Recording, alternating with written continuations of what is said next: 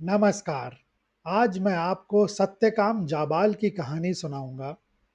यह कहानी छांदोग्य उपनिषद, जो सामवेद का दार्शनिक आधार है, उसके चौथे अध्याय में वर्णित है। सत्यकाम एक जिज्ञासु बालक था। उसके भीतर यह प्रश्न निरंतर कौंधता था कि सत्य क्या है और इस सृष्टि का मूल आधार क्या है। उस समय विद्या प्राप्ति के लिए गुरु के पास जाना अनिवार्य था। सत्यकाम अपनी माता जबाला के पास गया और बड़े ही विनीत भाव से कहा, माँ, मैं ब्रह्मचर्य का पालन करते हुए वेद विद्या सीखना चाहता हूँ। आचार्य मुझसे मेरा कुल और गोत्र पूछेंगे। कृपया मुझे बताएं कि मेरा गोत्र क्या है। जबाला ने सत्यकाम की आंखों में देखा। वह एक अत्यंत निर्धन महिला थी, जिसने अपना पूरा जीवन दूसरों की सेवा में लगा दिया था। उसने उत्तर दिया, पुत्र, मैं नहीं जानती कि तुम्हारा गोत्र क्या है। अपनी युवा अवस्था में जब मैं बहुत से स्थानों पर परिचारिका के रूप में सेवा कार्य करती थी, तब तुम्हें प्राप्त किया था। मैं केवल इतना जानती हूँ कि मेरा नाम जबाला है और तुम्हारा नाम सत्यकाम है। इसलिए तुम गुरु से स्वयं को सत्यकाम जाबाल कहना। सत्यकाम ऋषि हारिद्रुमत गौतम के आश्रम पहुंचे। सरस्वती नदी के पावन तट पर ऋषि गौतम का आश्रम स्थित था। वहां ऊंचे वृक्षों की छाया में वेदों की ऋचाओं का स्वर का पाठ गूंजता था। एक सुबह जब ऋषि अपने शिष्यों के साथ घिरे बैठे थे, तभी आश्रम के द्वार पर एक किशोर बालक खड़ा हुआ। उसके चेहरे पर निर्धनता की धूल थी, लेकिन आंखों में ज्ञान प्राप्ति करने का एक अनूठी चमक भी थी। वह सत्यकाम था। उसने आगे बढ़कर ऋषि के चरणों में साष्टांग प्रणाम किया और हाथ जोड़कर खड़ा हो गया। ऋषि गौतम ने शांत और सौम्य दृष्टि से उसे देखा और पूछा, हे सौम्य, तुम कौन हो और यहाँ किस प्रयोजन से आए हो? सत्यकाम ने विनम्रता पूर्वक उत्तर दिया, भगवान, मेरा नाम सत्यकाम है। मैं आपके चरणों में रहकर ब्रह्मचर्य का पालन करना चाहता हूँ और वेदों की शिक्षा प्राप्त करने की अभिलाषा रखता हूँ। कृपया मुझे अपना शिष्य स्वीकार करें। ऋषि ने एक क्षण के लिए विचार किया। उस युग में गुरु किसी भी शिष्य को शिष्य स्वीकार करने से पहले उसके कुल, मर्यादा और संस्कारों की जांच करते थे। ऋषि ने पूछा, वत्स, तुम्हारी जिज्ञासा सराहनीय है, परंतु शिक्षा के विधान के अनुसार मुझे यह जानना होगा कि तुम्हारा गोत्र क्या है। तुम किस कुल के पुत्र हो? आश्रम में बैठे अन्य शिष्य, जो राजाओं और ब्राह्मणों के कुलीन पुत्र थे, सत्यकाम की ओर देखने लगे। सत्यकाम जानता था कि उसके पास कोई गौरवशाली वंशावली नहीं है। उसे अपनी माँ की कही वह बात याद आई, जो समाज की नजरों में उसे नीचा दिखा सकती थी। उसने निर्भीक होकर बोला, ऋषिवर, जब मैंने यही प्रश्न अपनी माता जबाला से पूछा, तो उन्होंने मुझसे कहा, पुत्र, अपनी युवा अवस्था में जब मैं बहुत से स्थानों पर परिचारिका के रूप में सेवा कार्य करती थी, तब मैंने तुम्हें प्राप्त किया था। इसीलिए मुझे ज्ञात नहीं कि तुम्हारा गोत्र क्या है। मैं जबाला हूँ और तुम सत्यकाम हो। इसलिए हे गुरुदेव, मैं केवल सत्यकाम जाबल हूँ। सभा में एक गहरा सन्नाटा छा गया। कुछ शिष्य चकित थे कि कोई अपनी माँ की ऐसी पृष्ठभूमि सबके सामने कैसे बता रहा है। समाज के नियमों के अनुसार बिना गोत्र के किसी को यज्ञोपवीत संस्कार या वेदों की शिक्षा देना वर्जित माना जाता था। ऋषि गौतम अपनी वेदी से उठे। उनके चेहरे पर एक अलौकिक मुस्कान थी। उन्होंने आगे बढ़कर सत्यकाम के कंधे पर हाथ रखा और कहा, हे प्रिय बालक, इतना निर्भीक और स्पष्ट सत्य कोई अब्राह्मण, अर्थात जो ज्ञान का खोजी ना हो, नहीं बोल सकता। तुम सत्य से विचलित नहीं हुए, और जो सत्य से विचलित नहीं होता वही वास्तविक ब्राह्मण है। तुम कुल से नहीं बल्कि अपने आचरण से श्रेष्ठ सिद्ध हुए हो। ऋषि ने अपने शिष्यों की ओर देखा और घोषणा की कि सत्यकाम की सत्यवादिता ही उसके सबसे बड़ा गोत्र है। उन्होंने उसी क्षण सत्यकाम को यज्ञोपवीत धारण कराने का निर्णय लिया और उसे ब्रह्मचर्य की दीक्षा दी। दीक्षा के उपरांत जहां अन्य शिष्यों को कुटिया में बैठकर मंत्रों का अभ्यास कराया जा रहा था, वहीं सत्यकाम के लिए ऋषि गौतम ने एक अत्यंत कठिन और विचित्र मार्ग चुना। ऋषि गौतम ने के आश्रम में यज्ञोपवीत संस्कार संपन्न होने के बाद सत्यकाम के मन में बड़ी उमंग थी। उसे लगा था कि अब ऋषि उसे वेदों के गुप्त रहस्य समझाएंगे और मंत्रों का सस्वर पाठ सिखाएंगे। परंतु अगले ही दिन सूर्योदय के समय ऋषि गौतम ने सत्यकाम को आश्रम की गौशाला में बुलाया। वहां ऋषि ने 400 ऐसी गायें अलग की जो अत्यंत दुर्बल, बीमार और बूढ़ी थीं। उनकी पसलियां दिखाई दे रही थीं और वे चलने में भी असमर्थ थीं। ऋषि ने सत्यकाम की आंखों में देखते हुए कहा, वत्स, इन 400 गौ माताओं को लेकर घने वन में चले जाओ। इनकी रक्षा करना और इन्हें पुष्ट करना अब तुम्हारा धर्म है। ऋषि ने आगे कहा, जब तक ये 400 गायें बढ़कर 1000 नहीं हो जाती, तब तक तुम आश्रम की ओर मुख मत करना और ना ही वापस आना। सत्यकाम ने बिना किसी तर्क के ऋषि के चरणों को छुआ और उन जर्जर गायों को लेकर गहरे जंगलों की ओर चल पड़ा। वह जानता था कि 400 गायों से 1000 गायें होने में वर्षों लग जाएंगे। यह केवल गायों की सेवा नहीं थी, यह उसके धैर्य की अग्नि परीक्षा भी थी। जंगल का जीवन बहुत क्रूर था। वहां ना कोई बिछौना था, ना पका हुआ भोजन। सत्यकाम दिन भर गायों को हरी घास वाले मैदान की ओर ले जाता और रात में हिंसक पशुओं से उनकी रक्षा करने के लिए स्वयं जागता। वर्षों की बौछारों हो या कड़ाके की ठंड, उसका केवल एक ही लक्ष्य था, अपनी प्रतिज्ञा पूरी करना। जैसे जैसे वर्ष बीतने लगे, सत्यकाम का मनुष्यों से संपर्क पूरी तरह टूट गया। उसके पास बात करने के लिए कोई नहीं था। इस मौन ने उसकी इंद्रियों को अत्यंत सूक्ष्म बना दिया। वह गायों की आंखों की भाषा समझने लगा। उसने सीखा कि किस घास से गायें पुष्ट होती हैं और किस झरने के जल में शीतलता अधिक है। धीरे धीरे उन गायों की काया पलटने लगी। वे स्वस्थ और बलवान हो गई। आश्रम से लाई गई वे 400 गायें अब हजारों बछड़ों और बछियों को जन्म दे रही थीं। सत्यकाम स्वयं प्रकृति का एक हिस्सा बन गया और उसके भीतर एक अद्भुत शांति व्याप्त हो गई। सत्यकाम ने अनुभव किया कि जो ज्ञान वह ग्रंथों में खोज रहा था, वह तो उसके चारों ओर बिखरा पड़ा है। उसने उगते सूरज की लय को समझा, हवाओं के संगीत को सुना और अग्नि की पवित्रता को महसूस किया।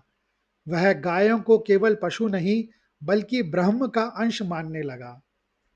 एक दिन जब वह वन के शांत क्षेत्र में गायों को चरा रहा था, उसने गणना की।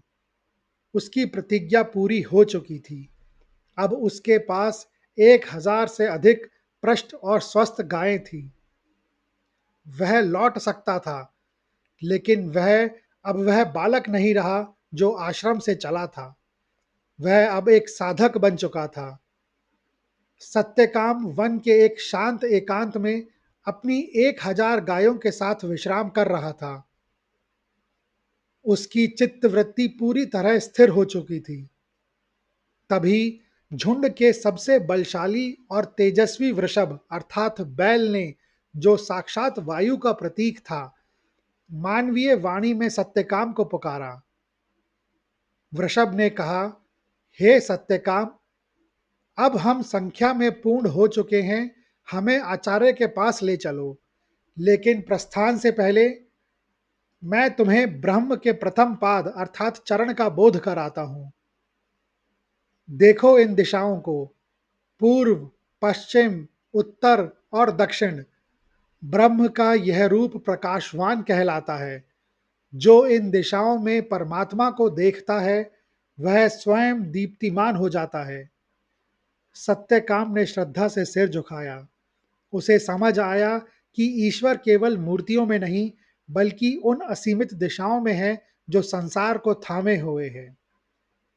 अगली शाम जब सत्यकाम ने अपनी गायों को विश्राम दिया और संध्या वंदन के लिए अग्नि प्रज्वलित की, तो उस अग्नि की लपटों से एक गूंज उठी। अग्नि ने कहा, सत्यकाम, मैं तुम्हें ब्रह्म के दूसरे चरण का ज्ञान देती हूँ।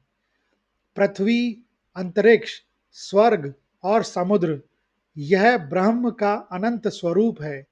जो यह जान लेता है कि यह विराट जगत ईश्वर का ही विस्तार है, वह स्वयं अनंत हो जाता है। सत्यकाम ने अग्नि की तपन में उस असीम विस्तार को महसूस किया जो धरती से लेकर पाताल और आकाश तक फैला था।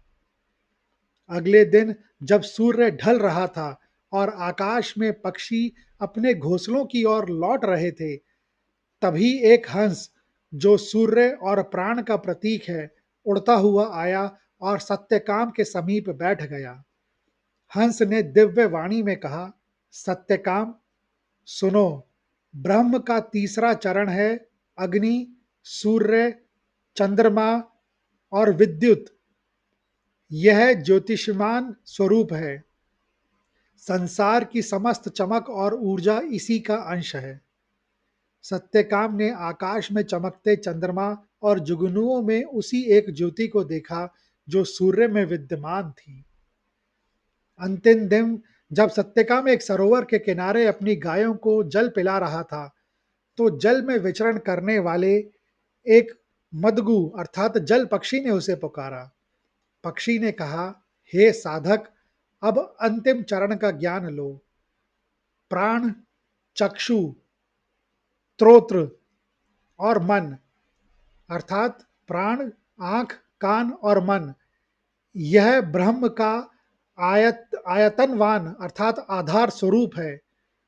इंद्रियों के भीतर जो देखने, सुनने और सोचने वाला है, वही ब्रह्म है। सत्यकाम का हृदय भर आया। उसे समझ आया कि गुरु ने उसे वन में क्यों भेजा था। जो ज्ञान आश्रम की कुटिया में केवल शब्दों तक सीमित रह जाता, वह ज्ञान उसे प्रकृति के प्रत्यक्ष साक्षात्कारों से प्राप्त हुआ था। वर्षों का वनवास और प्रकृति की पाठशाला में प्राप्त हुए रहस्यों के बाद सत्यकाम जाबाल आश्रम लौटा।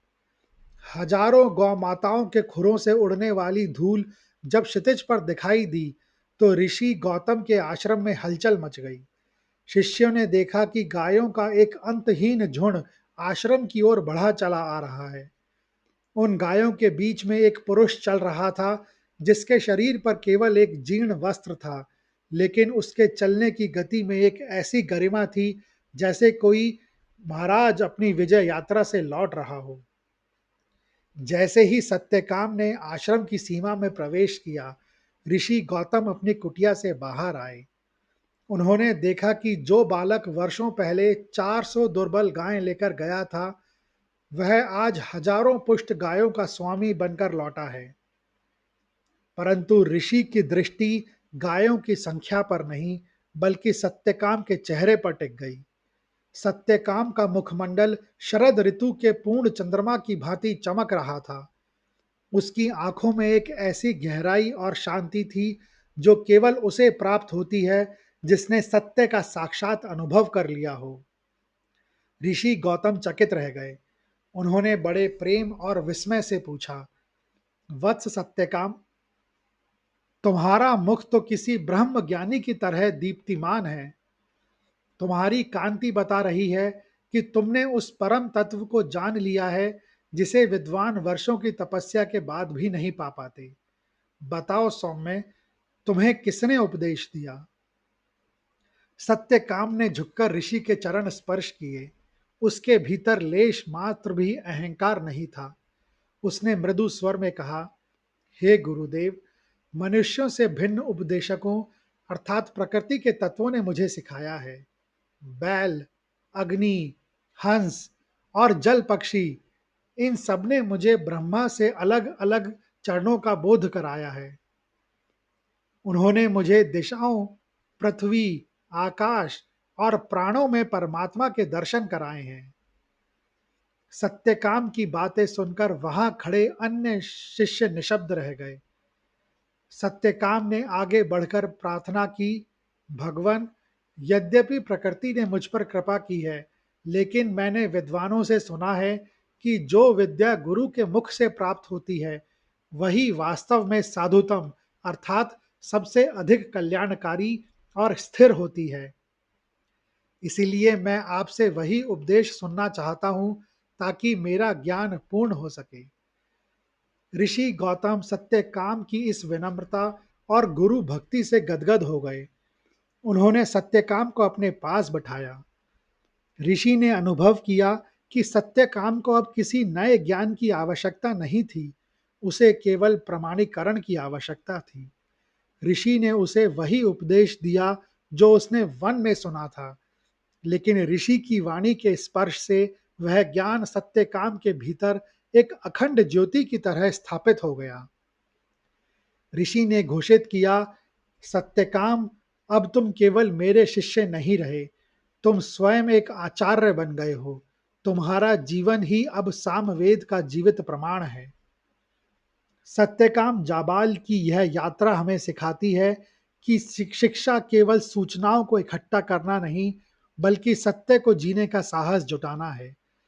सामवेद की यह कहानी आज भी हमें याद दिलाती है कि यदि हृदय में सच्चाई हो, तो पूरी सृष्टि गुरु बनकर मार्ग दिखाने लगती है। सत्यकाम आगे चलकर उपनिषदों के सबसे महान ऋषियों में से एक हुए, जिन्होंने जाबाल उपनिषद के माध्यम से मानवता को त्याग और वैराग्य का मार्ग दिखाया। यह कहानी सुनने के लिए धन्यवाद। अगर आपको यह कहानी अच्छी लगी हो, तो कृपया इस वीडियो को ज़्यादा से ज़्यादा लोगों के साथ शेयर करें, लाइक करें व चैनल को सब्सक्राइब करें। कमेंट्स बॉक्स में लिखें, ओम विष्णुदेवाय नमः।